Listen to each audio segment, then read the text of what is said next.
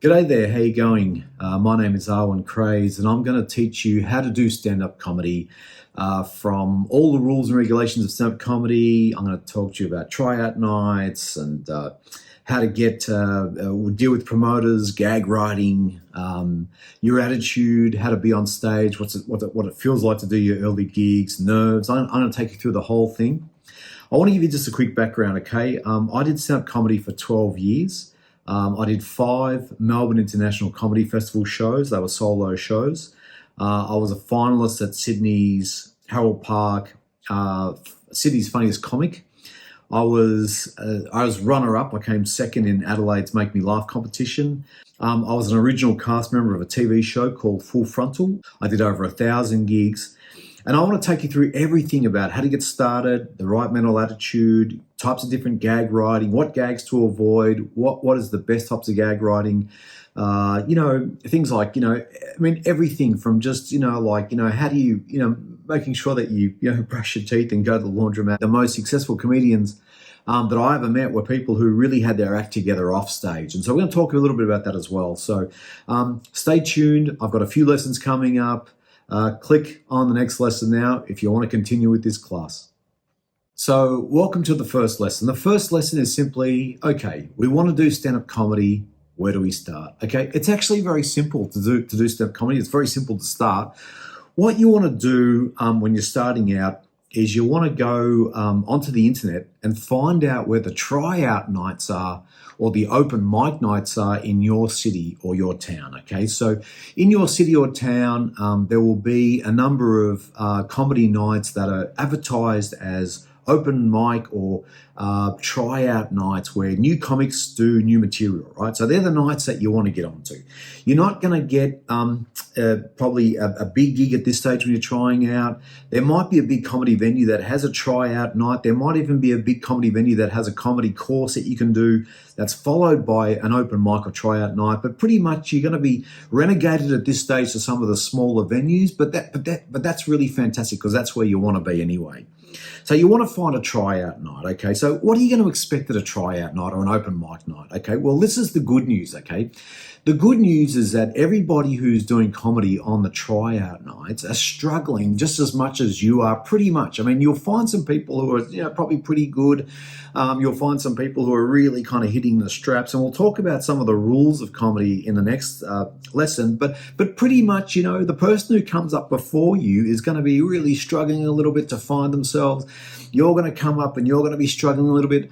So in some sense, it's not like, everyone's fantastic but you, okay? And that's the good news about tryout nights or open mic nights is that everyone's really struggling to find their feet. So it's not going to be a situation where, mate, I was terrible, but everyone was great, okay? Everybody's struggling, and that's really good news, okay?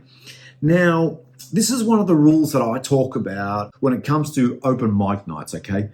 Don't invite your friends, okay? Don't pack it out with all your buddies.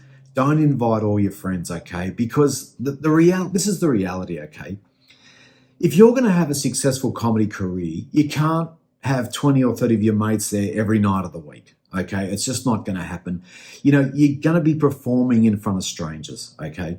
Also, I always found if there were people in the audience that I knew really well, like friends or family or whatever, if I knew people in the audience, well, that was kind of like a bit of added pressure that I didn't need because I was thinking, Jimmy from work or, Aunt Betty or something, they're going to think I'm terrible. Like if I bomb, if I don't get any laughs, they're going to think I'm really terrible. So I always found that there's a lot less pressure if you don't invite any of your friends along. I mean, sure. If you want to come with your mate, your best mate or whatever, and he's doing a bit of stand-up as well, that's all cool. But pretty much don't pack it out with your mates and your friends because ultimately your comedy career is going to be done before strangers anyway. Present yourself well. And also another thing is network a little bit. Introduce yourself to other comics, ask advice. I did a gig at the Joke, which was at the Last Laugh upstairs, and there was this really well-known comic who was sitting there.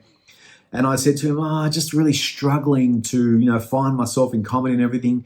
He gave me some great advice, which I'm going to talk about in a later clip around gag writing, but he gave me some great advice that really kind of set my career in a totally different trajectory. Not only that, he got me a massive gig at the comedy club in Lygon Street that used to be there as well. He got me like this, 13-week season in What's New in Comedy show, and that was all purely by asking advice and reaching out saying, look, what do I need to do? How can I do this better? Okay.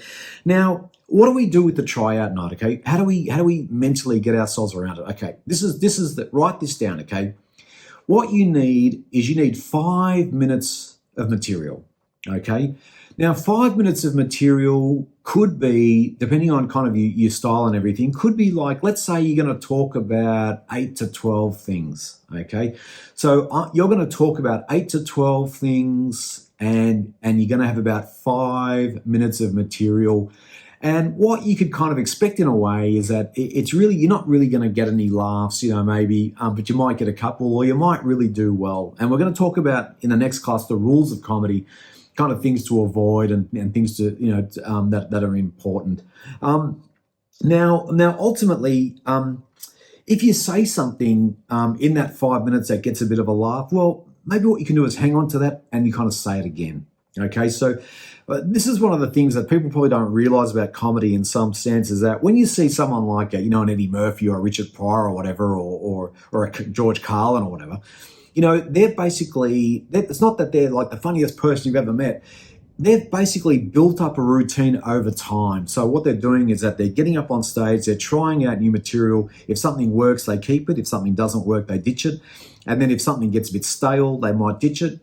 Because sometimes we can do comedy and we think, I don't even remember what was funny about this. And so we have to kind of churn over our routine and constantly. Anyway, there was a great comic, can't remember his name, in America, who said every year he does a brand new act. You know what I mean? So that's the kind of things to expect. Okay, so you want a 5 minute routine. And you want to talk about 8 to 12 things and, dress well, networks, say a lot of people. Don't pack it out with all your relatives, please. That's a terrible idea. And also, one of the key things is that, doing comedy in front of people that you're never going to see again in terms of the general audience is a good thing, you know what I mean? Because if you're really bomb, it's like, well, I'm never going to see that person again. Doesn't really matter. And the comics who you will see, this is another thing as well, is that sometimes in these open mic nights or tryout nights, you're performing to like a room full of comedians. And so there's there's 7 other comics or 8 other comics. They're all beginners as well. And you get up there and they're basically your audience and you've got a couple over here and the odd person at the bar. I mean, that can be like an open mic tryout night as well. So sometimes your audience is just other comedians. But anyway, I mean, this is how easy it is to start. It's not hard to start. The key important thing about comedy, which is really, really great, right, is that if I did a play, let's say I joined a youth theatre company or a theatre company or whatever, and I did a play, what would happen is we'd rehearse for 3 months or 2 or 3 months, and then we'd have a 2-week season, and then that would be it, finished, gone, over. The beautiful thing about stand-up is that the stages are always there. So you can write 5 minutes of material and have 8 to 10 things to say, and you can get up over here, the lighting's there, the microphone's there, the stage is there, the audience is there, and this goes on perpetually forever. Whereas theatre, I mean, that's a really good important distinction. I mean, you do a play, well, after a 2-week season or a 3-week season or whatever, I mean, if it was a big production, you might have a 6-month season, but when that season's gone, it's gone. Everything's packed up, the stage is packed up, the stage is gone, the audience is gone, the lighting's gone, everything's gone. But whereas in stand-up, there's this thing called a perpetual stage. The stage is perpetual. It just keeps on going and it evolves with you as you evolve. You do big Avengers and everything like that. So do your stand-up. Go get your 5 minutes of things to say. Your 8 to 12 things to say, your 5 minute routine. Go and give it a go. Now, this is important, okay? Before you get on stage, you're going to feel sick. Okay, you're going to feel like, man, I'm going to vomit. You'll be that nervous, okay? The way that a comedian described this once is like the eye of the storm, okay? So, the hurricane or the tornado is spinning around. You're off stage. You're about to step on the stage, okay? You're about to step behind the mic. There's this hurricane. There's this storm of emotion, fear, anxiety, everything going on. There's a train going past over here. Now, when you step on stage, though, you're in the eye of the storm. It's actually on stage. It's a fairly peaceful kind of thing. Like when you're on stage, All you really see is pretty much is the silhouettes of people, like these black silhouettes, but it's quite a peaceful experience to be on stage behind the microphone. But that's stepping onto the stage. It's like the eye of the storm. It's like you're in the storm before you step on stage, and then when you step on stage, it's actually quite peaceful. So understand that you're going to be incredibly nervous. When I did my first stand-up comedy gig, I'd spent a year doing youth theatre. I'd spent 5 years at university doing drama and media studies. So I was studying acting and everything. And then when I did my first gig at a pub in front of probably about maybe 19, 20 people, I was petrified and, nervous. Expect that. That's a given, okay? Go get your 5-minute routine with your 8 to 12 things to say. Go and give it a go. Go online, find the Tryout open mic night, start ringing people up. It's really that simple. It's the beauty of stand-up comedy, the perpetual stage.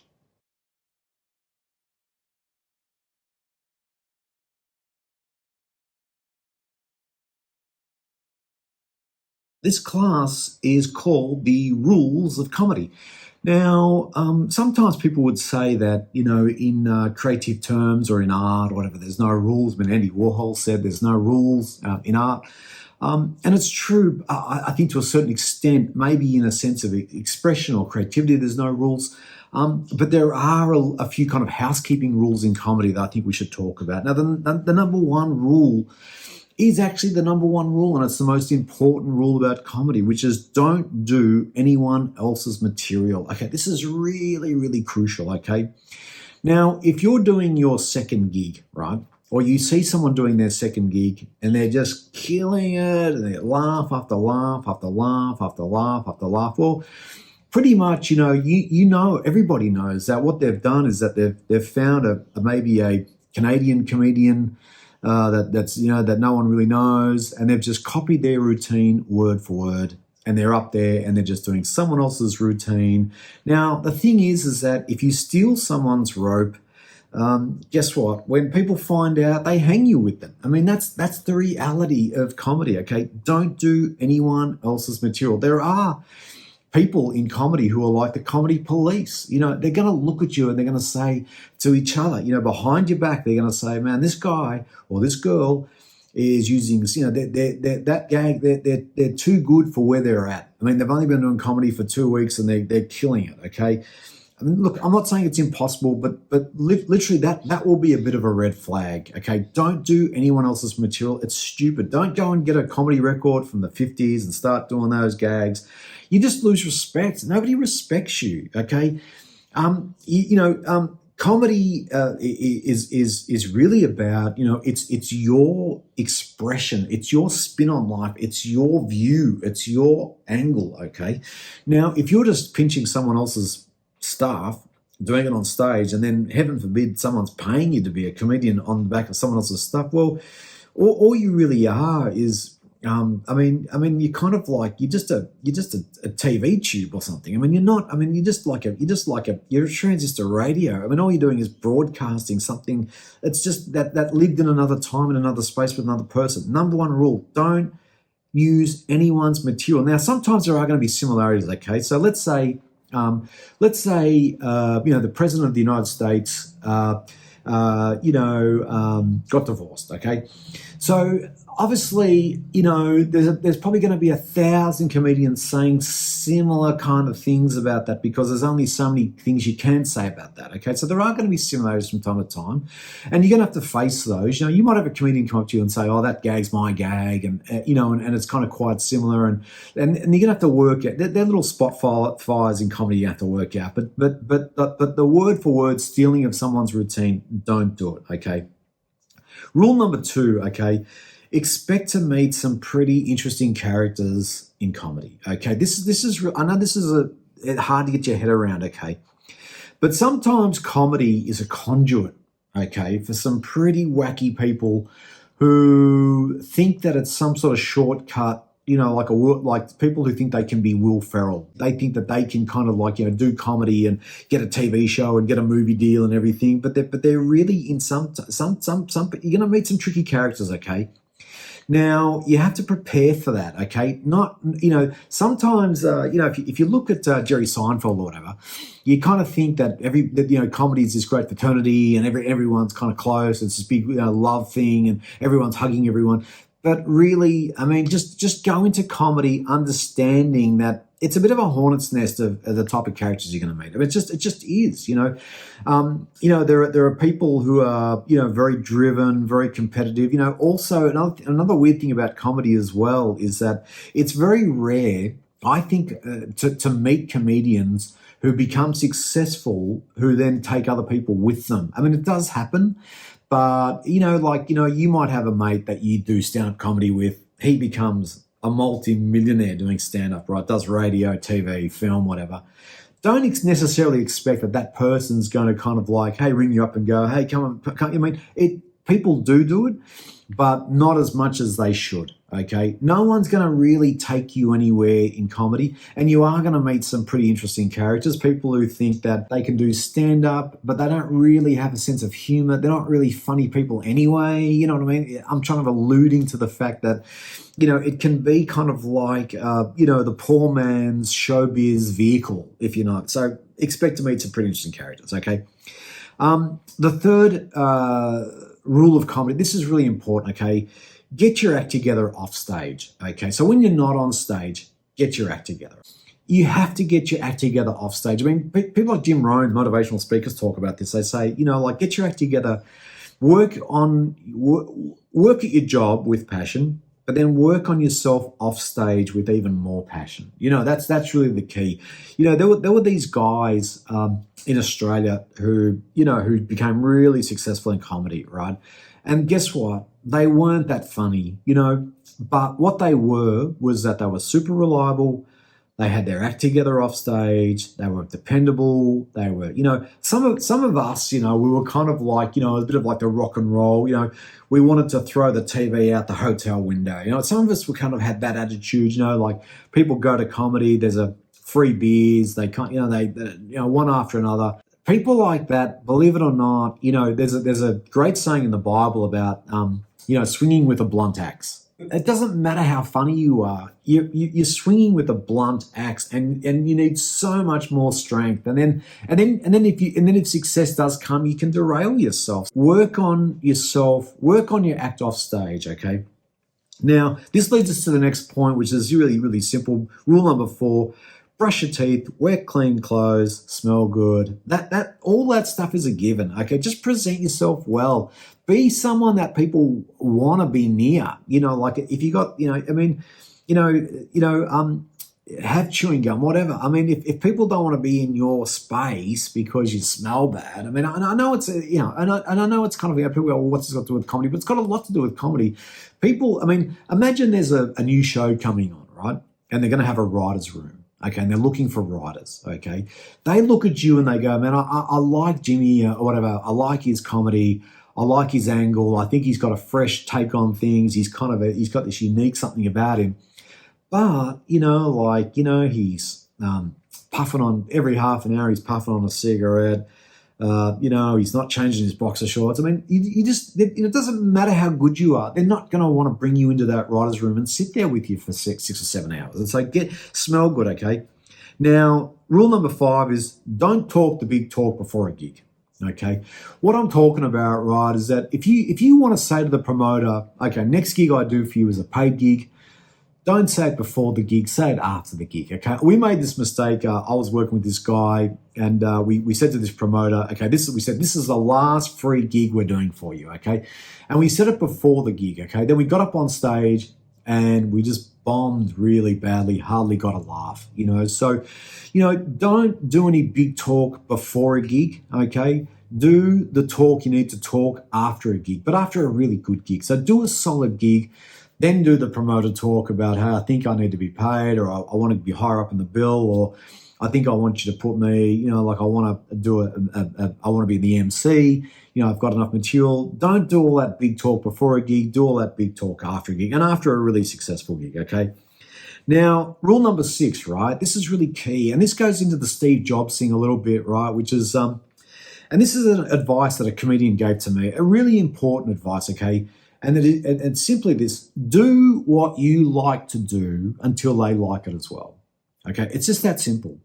Do what you like to do until they like it as well. Okay, there's no point being a comic doing the stuff you don't like, or I've got this routine, but it's kind of like it's almost like it's like I'm working a job I don't like. You know what I mean? I mean, you've got to do what you like. Okay, you have to, as a comedian, you have to do what you like. But the key is do what you like until they like it too. Don't try and be someone else. I mean, you can't be Eddie Murphy. You can't be Richard Pryor. You can't be George Carlin.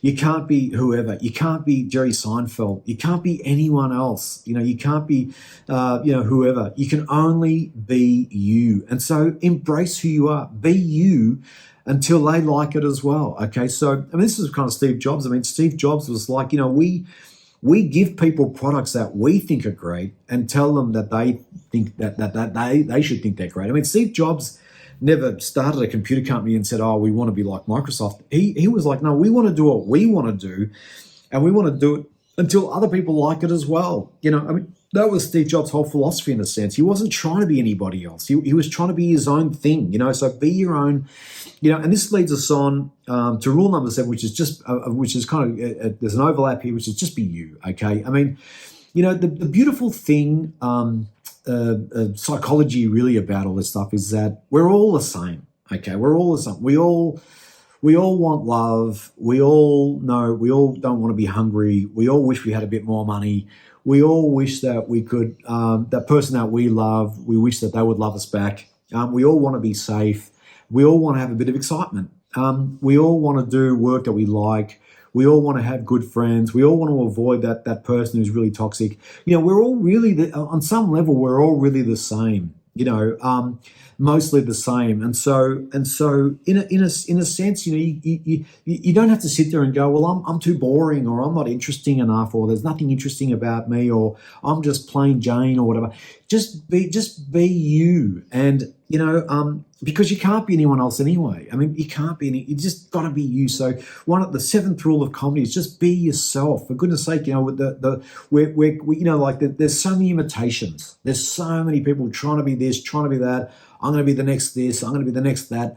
We really want to see who you are. I mean, you are a one-off, unique creation. You are a one-off, special, loving, caring, unique, warm and fuzzy, beautiful person. We just want to see you. We want to see you in all your glory. There'll never be another you, so just be you, okay?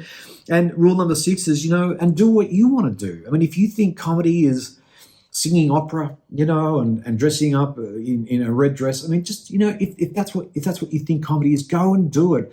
Just keep doing it until they like it as well. Rule number 6. And just rule number 7, please just be you.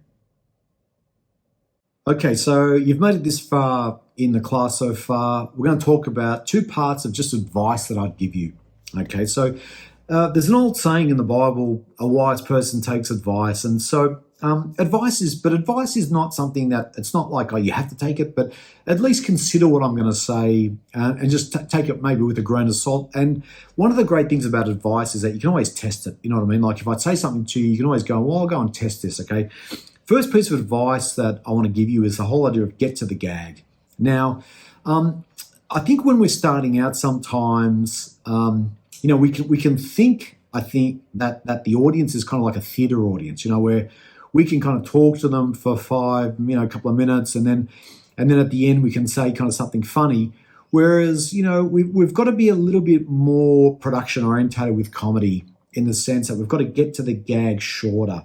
Now, there are some people will give you different advice about this. Some people would say the shortest length for the gag is the one you want to take. And in some scenarios, that's really good advice. Like I did comedy in Sydney for 11 months and, years ago. And the audiences in Sydney were, predominantly they were kind of big groups of sporting clubs with big groups of blokes and women having parties and everything. And they were kind of very, we want to laugh now. They were that kind of audience. And so, you really couldn't stuff around. You had to go bang, bang. You had to really get to that. And it kind of really was good experience for me as a comedian, to sharpen me up. And you had to really kind of punch on into the gag. Whereas in Melbourne, where I live in Australia, Audiences are a little bit more kind of theatre audiences. You could have a bit of a chat. You could have a kind of like, you could kind of, it was almost like, walking down the garden path, in Melbourne in terms of comedy. But in Sydney, it was definitely more kind of a corporate-y type of bang, bang, bang, bang, bang, bang, bang, bang. But the whole idea is that even in Melbourne, you can't just keep people on a string. There's this idea that the longer you delay the laugh, the bigger the laugh has to be. So that was kind of, people talk about that if you're kind of setting up a gag where you're talking about it for a minute, then that payoff at the end has got to be kind of like a significant payoff at the end. So there's the idea that, so the gag is here. It's not what is the shortest route to the gag, because I think sometimes we can rip ourselves off if we're trying to get to the shortest route to the gag, but maybe think in terms of economical. Okay, so knowing the type of audience you're going to deal with, how do I get to the gag without kind of like, McDonald's has this great philosophy about French fries. Yeah. If I give too many French fries, I'm ripping off the boss. And if I don't give enough French fries, I'm ripping off the customer. Okay, so it's a little bit like that with comedy, in a sense that if I go too long to get to the gag, the audience is going to be upset. And if I go too short to the gag, then I'm not milking it or I'm ripping myself off. And so that's the way to think of it. That's advice number one. Advice number two is really understanding that there are going to be gigs, I should say, where there's a really what we call the short laugh. Okay, where sometimes you stand on stage and you'll say you'll be doing your routine, and people will be laughing and it'll be kind of laughing and they'll be kind of like, and then you'll have a bit of a pause. But sometimes in comedy there's this thing called the short laugh where people go, and they're not really kind of, you don't really have them. They're going, it's that short laugh thing where it's not that kind of long laugh, and maybe a couple of people clapping. It's not that type of long laugh. It's kind of, for some reason, there's a collective kind of like, I don't know, it's like this the short laugh. It's kind of like, so your routine that would normally be 5 minutes really is more like, 3 minutes, 40 seconds, because that laugh that you would normally get's just not there, because there's this short laugh, there's It's this kind of short laugh thing. So understand that, you're going to hit those nights. Another great bit of advice that I really want to give you is a whole idea about when you don't have a profile in comedy, what happens is that you're basically going to be funny maybe half the time, whereas if you do radio, TV or stage or whatever, and you've got a bit of a profile, or you've had a guest appearance on a show or something, like if people know you, you're going to be funny 90% of the time. If people don't know who you are, never met you before, they've gone to a comedy night, you jump up, you really if you can be funny half the time or 60% of the time, then that's pretty much what you're going to get. And it's basically not, it's partly because of you, but it's partly because of the audiences as well. Some audiences are just aggro audiences. Sometimes there's been something going on in the media or something that's, everyone's a bit upset about it or something, or, everyone's a bit cranky. Or sometimes you're kind of like, you're a bit tired or something like that. So understand that, if you can be really funny 60% of the time without a profile, without anyone knowing who you are, that's probably pretty good. And if you do radio or TV, or you're doing guest shows on Tonight shows or something, then if people get a bit of an awareness of who you are, well, then maybe you're going to be funny 90% of the time, because as soon as you hit the stage, you go, oh, I know this guy, yeah, I've seen this guy, I've seen this girl or whatever. So understand that as well. Now, another thing that's interesting about comedy is this whole idea of knowing when you beat. Okay, so you get up on stage, first gag, dead. Second gag, drops dead. Third gag, drops dead. Fourth gag, a little bit of a quick laugh. There's a concept in comedy when you kind of know when you beat, or when you, different people will probably give you different advice about that, but I reckon. It's different if you're getting paid. If you're being paid to do a headline spot, where you're being paid to do a 30-minute spot, and basically, man, you are beat. you are beat from 5 minutes in. They are just not going with you, or they thought there was something different. They were going to get something different, or if you're getting paid, unfortunately, really you have to plow on, and you have to invent ways to get out of it. If you are being beat, you have to kind of there are two types of comics in my mind. There are people who, they continue on with their routine as if nothing's happened. So someone's getting up there, they're not getting any laughs, and they just carry on as if this is the way it normally is. Okay, that's a type of comic, okay? Another type of comic will start to reflect it back to the audience and go, oh, okay, well, I'm here to give you my routine today because obviously, it's not you, it's me. Some people want to acknowledge that in the moment and try and dig their way out of it and try and get creative and try and be, some people want to be in the moment of a dying gig and try, and work out which one of those you want to be. Do you want to be I'm just going to plow on as if this is normal, or I want to actually acknowledge that, this is not the type of routine that normally gets gags, and I'm falling flat tonight, and I'm going to try and invent a way to kind of dig my way out of it, or dig deeper even, and try and so you have to work out kind of which approach you're going to have. Third bit of advice is really be as prolific as you can. Okay, I mean,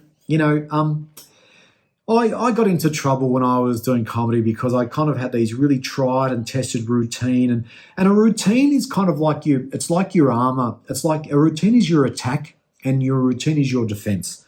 And so I can go out there with any audience and I know that I've got this, missile number 1, missile number 2, missile number 3, missile number 4, and I've floored them. But it's also my defense. Okay, if this is not working, I know I can pull that gag out. If there's a response like this, I know I can go there. I can pull this lever, pull that lever. So a routine is really your attack and your defense, right? But the trouble is, I think, with a lot of people, especially was with me, is that I didn't kind of, I wasn't as prolific as I needed to be. I should have had like 10 times the routine I had. Should have been, I should have had 10 times more levers to pull, 10 times more missiles to, think of it like attack and defense. You really need to have as much armor as you can. Okay, so I did this gig for this woman, in this kind of cool cafe. There was a crowd of about 35 people there. The audience kind of liked it. It was kind of an okay gig. And she said to someone, he's doing his tired old routine. There was not one new gag amongst it, and I'm never going to book him again. That was her response. The gig went okay, and then the audience liked it. But to her, it's like, man, she's heard it all before. There was nothing new, nothing exciting. There was nothing cutting edge. I was literally, I was kind of, I was safe in my bubble. Don't be in the bubble. Be prolific. That's great advice. I mean, really, I think sometimes a lot of it comes down to insecurity. You don't want to step out there as a kind of a comic that people think is good and do 3 or 4 gags that just completely die. Like there's this kind of hesitancy about trying new, like once you get somewhere, there's this hesitancy about doing new gags. It's like, have you seen that guy? He's really funny. He's really interesting. And then you get up there and you try these 3 or 4 new gags and the audience is sitting there kind of nodding their head and you kind of think, I don't want to be that guy. I want to be the guy who's kind of always, I want to be the bubble guy who's always known, to be funny. Next bit of advice, really important. I mean, for goodness sake, and I made this mistake a lot, okay?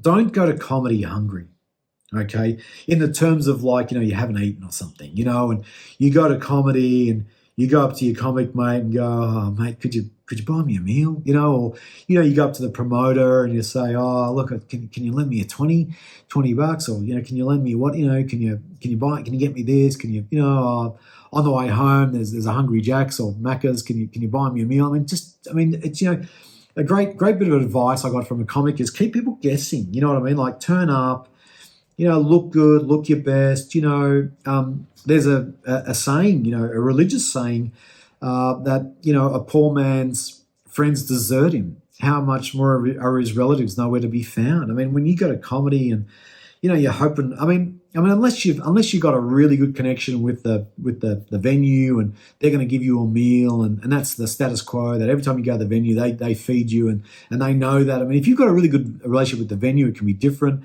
but it can be really contentious for people that you go to comedy and you haven't eaten. you hope you haven't got there's no way for you to get home, or you need petrol or something. I mean, if this is a recurring thing that happening all the time, and people, I mean, a motivational speaker once said, don't expect people to be a certain way, expect people to be as they are. I mean, what are people like? I mean, if someone's got to bail you out all the time for petrol or a meal or, whatever, or, kind of pay this, pay that. I mean, how should people be? Well, if they love you, they should help you as much as you need. But what are people actually like in reality? Well, people are, they're trying to make ends meet themselves, and they've got their attitudes, and they think they're working harder than you, and they think that you don't deserve it maybe, or they think you're a dreamer, and and they don't think you've got a chance in comedy. But even if you don't have a chance in comedy, you might be a really good comedy promoter, or you might be a really good comic agent. I mean, so what? Someone doesn't believe in you as a comic. That doesn't mean the end of comedy. It means that you might find something else you want to do, or you might be really good at graphic design, or organising festival shows, or whatever. I mean, so what? But don't expect people to be how they should. Expect people to be actually how they are, and don't go to comedy hungry. Keep them guessing. You turn up there, you look good, you smell good, you do your routine, and always have those new gags. Be prolific, like it doesn't matter if half your routine's really good and the other half. You could say to the audience, I've got a couple of new gags I want to try. Just tell them, or if you want to conceal it more, just chuck a new gag in here and there, and you'll find these things. But this is the advice. Stay tuned for advice tips number 2 coming up next. Okay, so welcome to advice tips number 2. I've got 4 bits of advice I want to talk about, okay? First bit of advice, pretty fairly obvious really. There's no rocket science here, but treat promoters well. That's the first bit of advice. I mean, promoters really are people who, they're going to, they're not always going to give gigs to the funniest people, believe it or not. They're going to give gigs to people who they pretty much like. Also, people who are reliable. I mean, reliability is a key factor. There's this concept about, if you give a promoter a hard time or a difficult time, or if you're on their back, or if you're hassling them, or if you're nasty to them, or there's no advantage to you. Where's the advantage if you don't treat a promoter well? Maybe you can,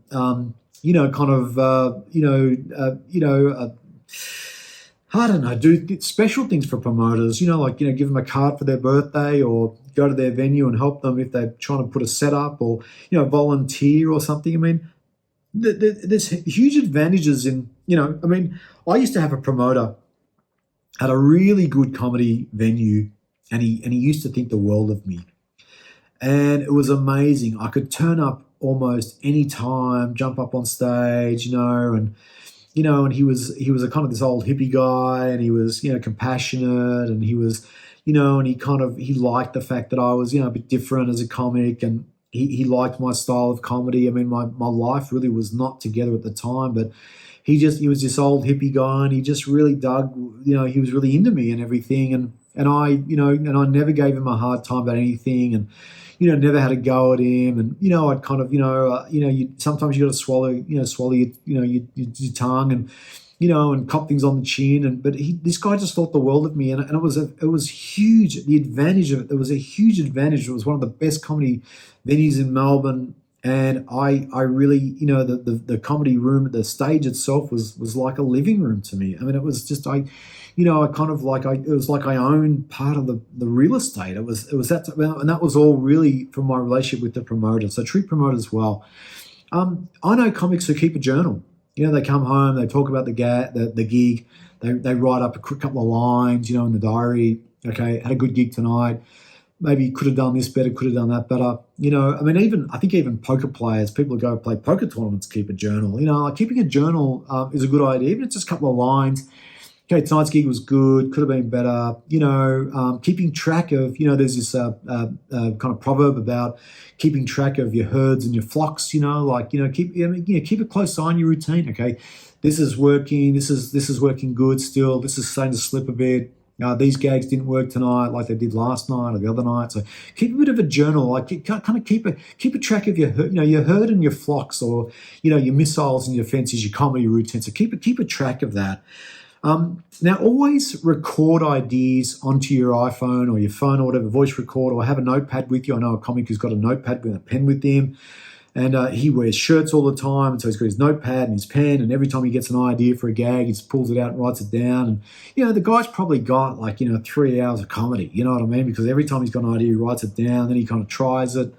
So keep a journal. Now, with iPhones, we can, with most phones, there's that voice record. So you might be, down the street, you see something, pull out your iPhone, I got an idea for a gag, blah, blah, blah. Just because that idea goes, you'll be amazed at how many ideas you have, and you're at home and you think, what was that idea again? You can't remember it. So record ideas, write things down. Okay. Now, the next bit of advice is, it's always it's a bit of a double-edged sword, but I think it's always a good idea that if you've got a few comedy mates, and I think comedy mates are not kind of comedy mates who you like their comedy, but it's more like people who, maybe you like them as people. They're comedy mates. You both go for the same sporting club, or you kind of dress similar, and or you kind of usually when you have comedy mates, it's not really based on, we do the same type of comedy. It's more based on mutual respect or mutual admiration or mutual interests. So if you have a comedy buddy that you hang out with, and every week you go there, and you have a few beers, whatever, your comedy mates, well, don't be afraid to workshop gags and go, I've got this gag. And one of my best gags I had, I was with these comedians, and I said, I've got this idea for a gag, and it's kind of based on this, and that. And the comedian one of the comedians said to me, just say this, and it turned out to be one of my best gags I ever had. And it was really just running this gag by this comic mate, and he said, because I could see that there was something funny there, but he said, just say that, and that's the gag, right? And that's what's funny, and it was based partly really on true story. I was driving through this suburb every day, and I would see this shop, and I thought, gee, that's a funny name for a shop, and I couldn't work out what was funny about it or why it was funny, and I thought there's something funny about this, and the comic said, just say that.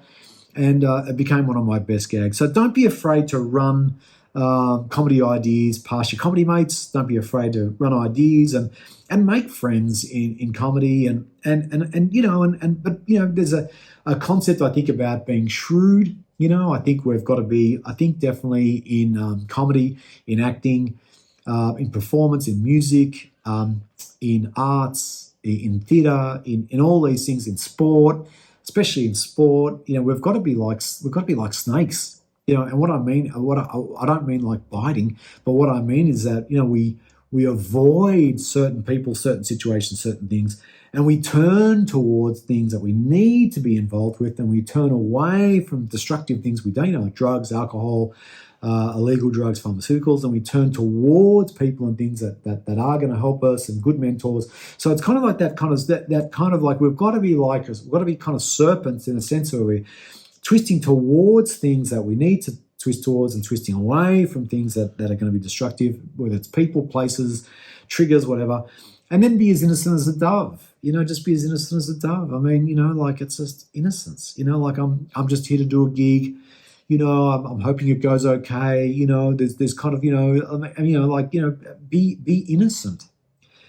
Be as shrewd as a serpent, and be innocent as a dove. I mean, that's a great advice, really. That's probably advice. I was only 4 advice, but that's advice number 5. Really swerve towards those things that you need to, swerve away from those things you need to avoid. Be innocent as a dove. And that's really a great way.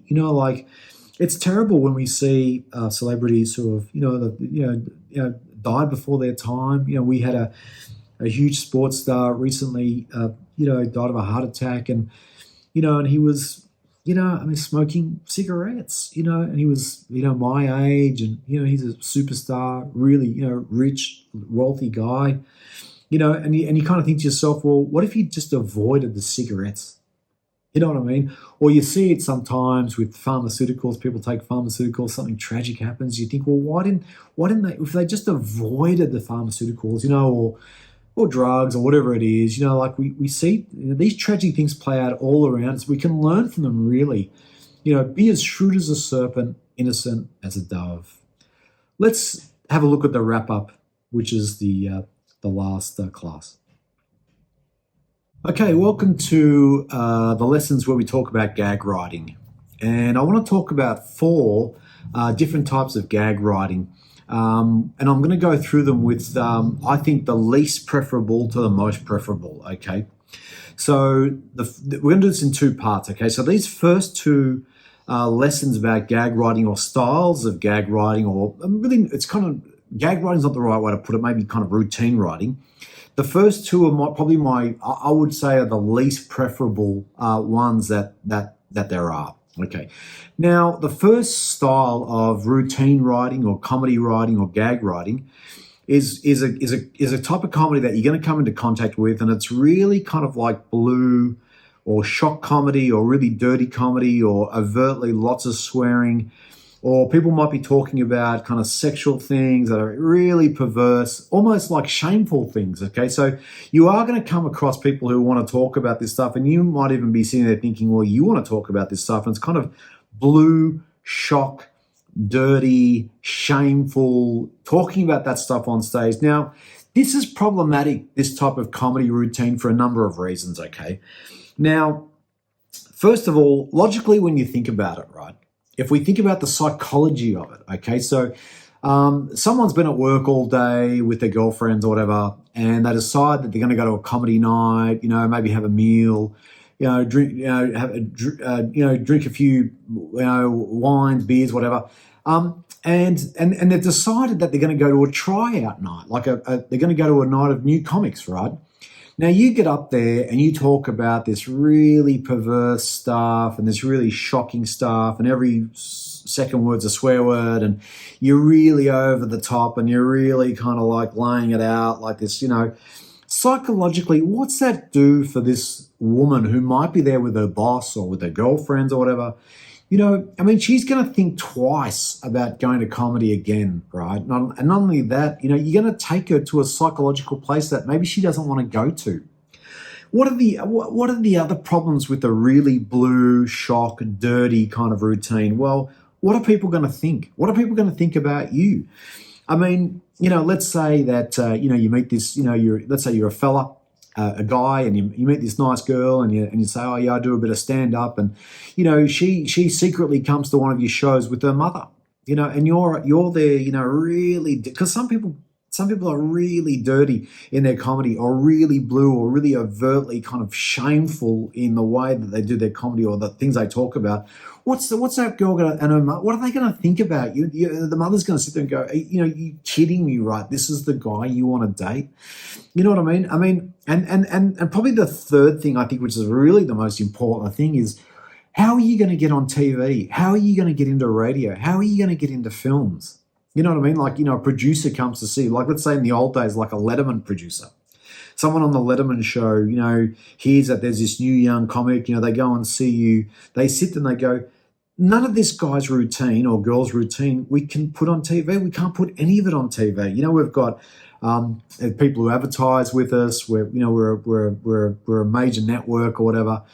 We can't put any of your routine on our show, okay? If you're talking about this sexual thing, that dirty thing, this weird kind of perverse thing that's really shameful, we can't put that on our TV show with bank advertisements, insurance advertisements, food advertisements, and everything that the television networks rely on. Even a radio show. A radio show, they can't even have you on as a guest if you're really blue, dirty, shock. So I say, look, avoid it at all costs. Someone who's a great comic, I believe, who talks about everything to do with life, is like a Rita Rudner. Rita Rudner is like, she's a really family orientated. You could take your grandmother to see Rita Rudner. And I think, and she talks about relationships and being married and all the ins and outs of it, but it's not shameful. It's not like you're not kind of repelling there. And I think psychologically, you don't want to send people to places in their mind that they really don't want to go. Someone's just eating a meal or they've just had a meal and they're having a wine, and you're talking about this really dark, perverse, shameful thing. It's like, please, I've just eaten. I don't want to go there in my mind. I don't want to think about this stuff, okay? Now, the second form of routine writing, comedy writing, or gag writing which I think is the second less preferable, is the whole thing of tearing other people down.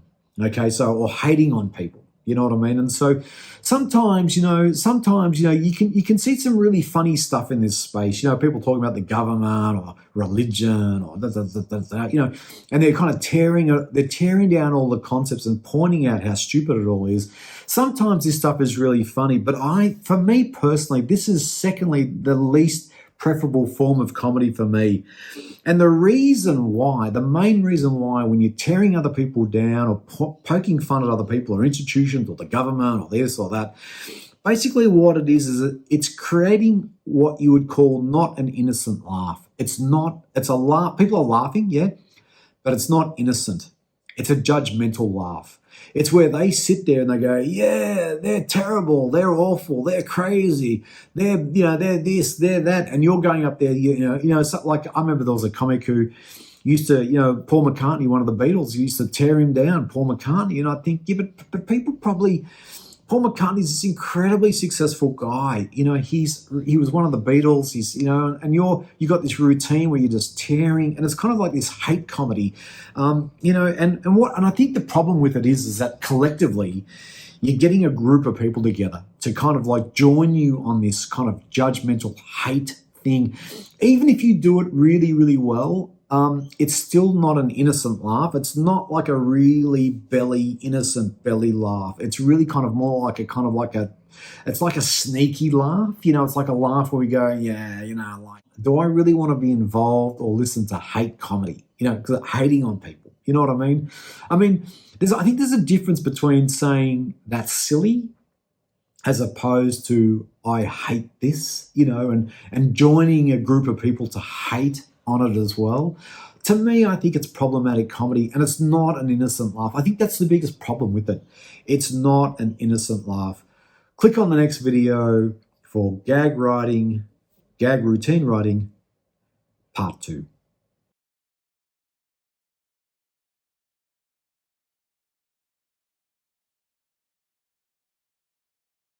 Okay, I want to welcome you to part 2 of gag writing. Okay, well, where we're working from least preferable to most preferable types of routine writing or gag writing or whatever. So the first one to avoid, I think, is the really dirty, really blue, really smutty, that really kind of dark, shameful, perverse, like avoid that type of comedy. And overtly swearing, you don't really need to swear, overtly swearing comedy. And then also the hate comedy, and hating is different to this is silly, this is ridiculous, but really hate comedy where we're hating on people, pulling people down, and also I think with the hate comedy, potentially people go, well, you might think he's ridiculous, but he's my hero or he's my fan or I love him.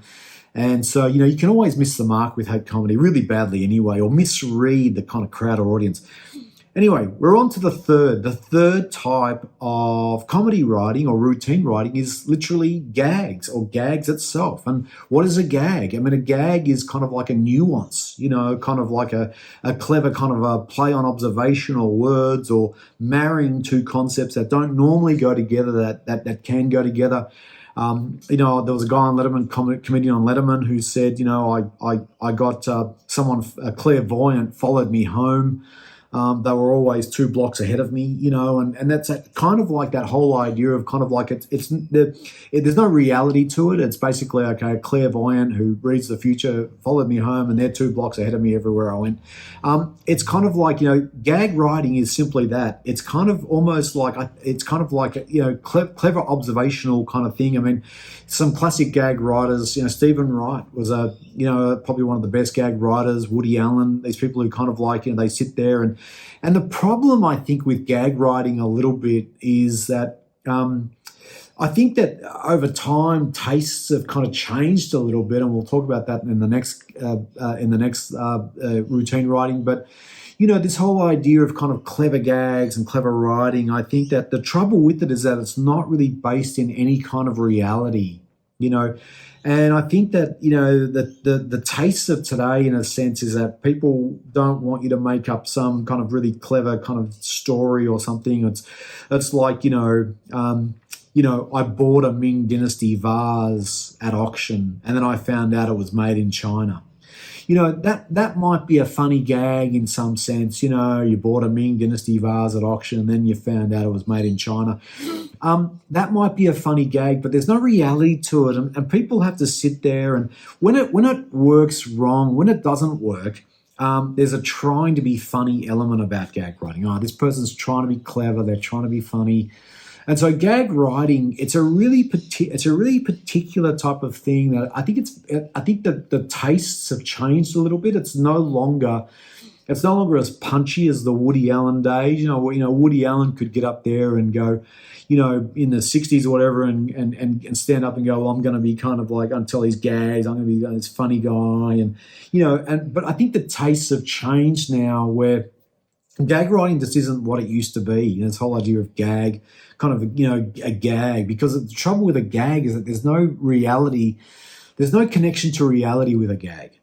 There's nothing real about a gag. A gag is purely observational. There was a comic who told this gag about, he pushed down the coffee plunger and the cafe across the road blew up. It's kind of like, okay, well, we know that there's no way that actually, there's no reality to it. And so it might be kind of like a funny thing, and gags kind of like, it's really funny, telling a funny gag, type stuff is kind of like, oh, well, there's no reveal, about who you are. It says something about your sense of humor in a way, but there's no reveal about who you are, or there's nothing real about it. It's kind of more like there's this crack in society, and you've married these two kind of concepts together, and it's kind of, you put this funny angle on it. I mean, that's kind of gag writing, and I think that's kind of like, not as preferable as probably the last one that I want to talk about, which is the whole idea about talking about, the fourth one I want to talk about is this whole idea of talking about your life, or talking about your attitudes and your experiences, and kind of telling people, who you are. I mean, that's really become, I think, in this day and age, the whole kind of like talking about who you are, your attitudes, your experiences, things you've been through. I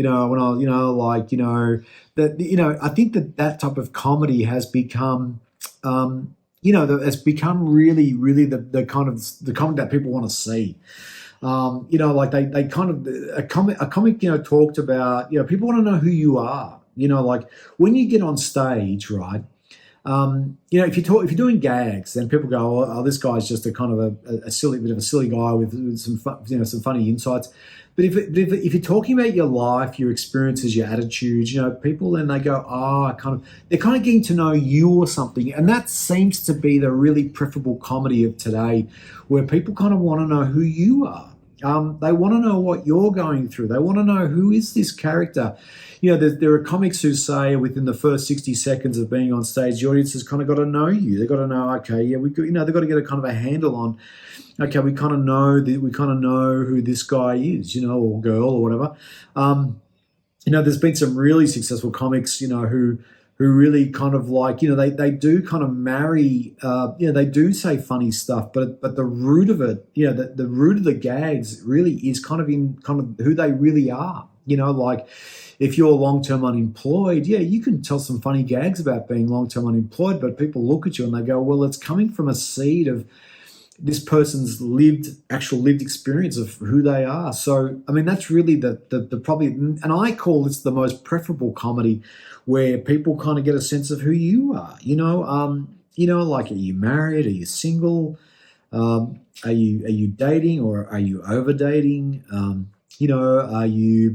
you have anxiety, or do you work a dead-end job, or are you really successful and you've noticed that all your friends want something from you? Or what is it? I mean, what is it about you? I mean, are you a single parent, or, are you, have you been married 5 times? I mean, and what were those experiences like? I mean, people kind of want to know this stuff. This is the stuff that people kind of want to know in comedy, because they're laughing at something that they may have experienced or may experience. Now, I want to talk just quickly about the whole idea between Shakespeare and Sir Thomas Middleton. They were both Elizabethan writers, okay? So Shakespeare used to write plays about these universal themes: love, hate, revenge, power, Whereas Thomas Middleton, who was also an Elizabethan writer, used to write these kind of in-jokes about society at that time. There was a Thomas Milton play called Chase Made in Cheapside where